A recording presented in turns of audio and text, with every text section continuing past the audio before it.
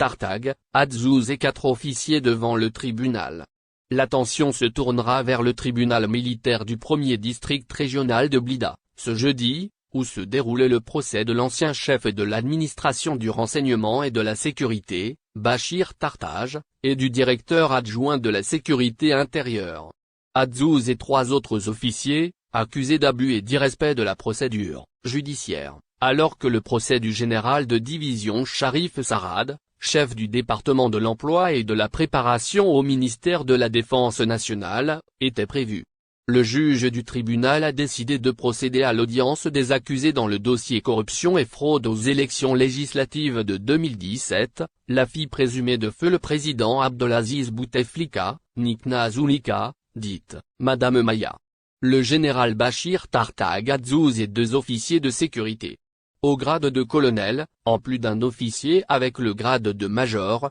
alors que le nom du frère de l'ancien président, Said Bouteflika, a été mentionné comme témoin dans l'affaire. De lourdes charges ont été retenues contre les intéressés, liées à l'abus de pouvoir et à la violation des procédures légales à suivre dans les enquêtes, car les faits concernent les circonstances de non-respect de la voie légale en vigueur par la police judiciaire dans la conduite des enquêtes et les transférer au procureur de la République près le tribunal militaire régional compétent. Le juge d'instruction militaire avait décidé, début 2021, d'inclure l'affaire de corruption et escroquerie aux législatives de 2017, avec l'affaire de Zulika Nishina, dite Madame Maya, la fausse fille de l'ancien président Abdelaziz Bouteflika, dans un dossier. Bachir Tartag sera représenté dans les faits liés aux élections législatives de 2017, qui ont commencé lorsque le parlementaire Baha Eldin Taliba a déposé une plainte auprès des intérêts du district de Tartaj,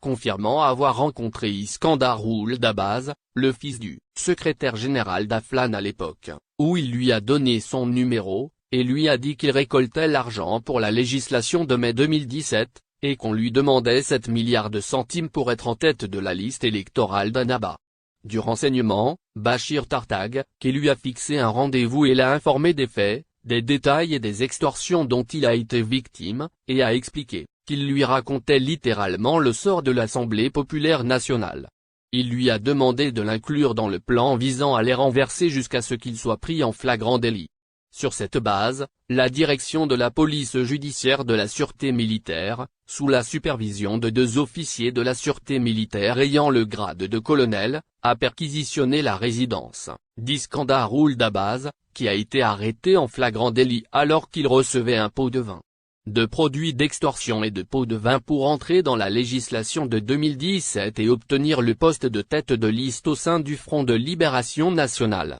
Pourtant, le dossier a été clos en moins de 48 heures à l'époque.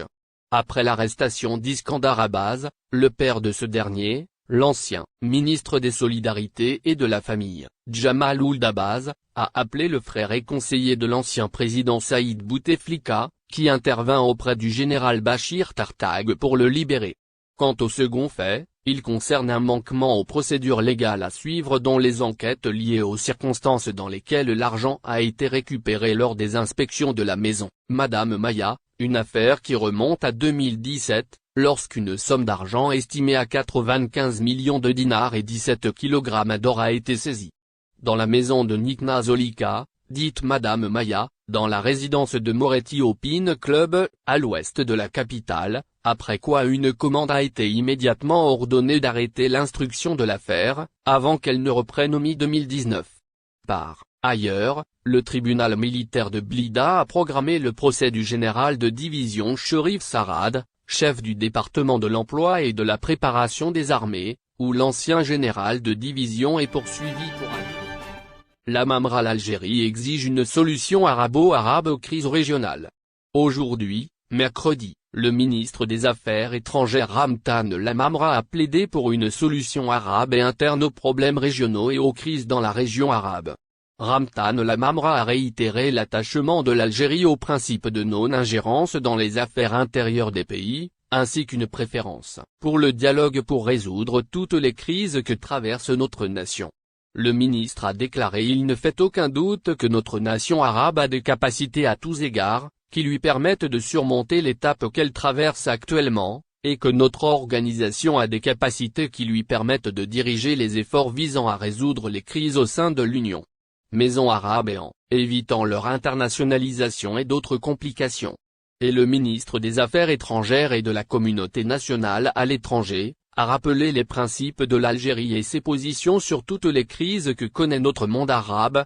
notamment les situations difficiles que traversent nos frères en Syrie, au Yémen et en Libye. La Mamra a poursuivi: nos positions restent basées sur deux principes fondamentaux. La non-ingérence dans les affaires intérieures des pays est guidée par les vertus du dialogue afin de parvenir à des solutions politiques pacifiques et consensuelles qui préservent l'unité et la souveraineté des pays arabes et réalisent l'aspiration légitime de leur peuple. Et le ministre a plaidé que mon pays appelle à activer ces principes de base dans le cadre de la structuration de nos relations avec les pays voisins qui partagent notre appartenance à la civilisation islamique.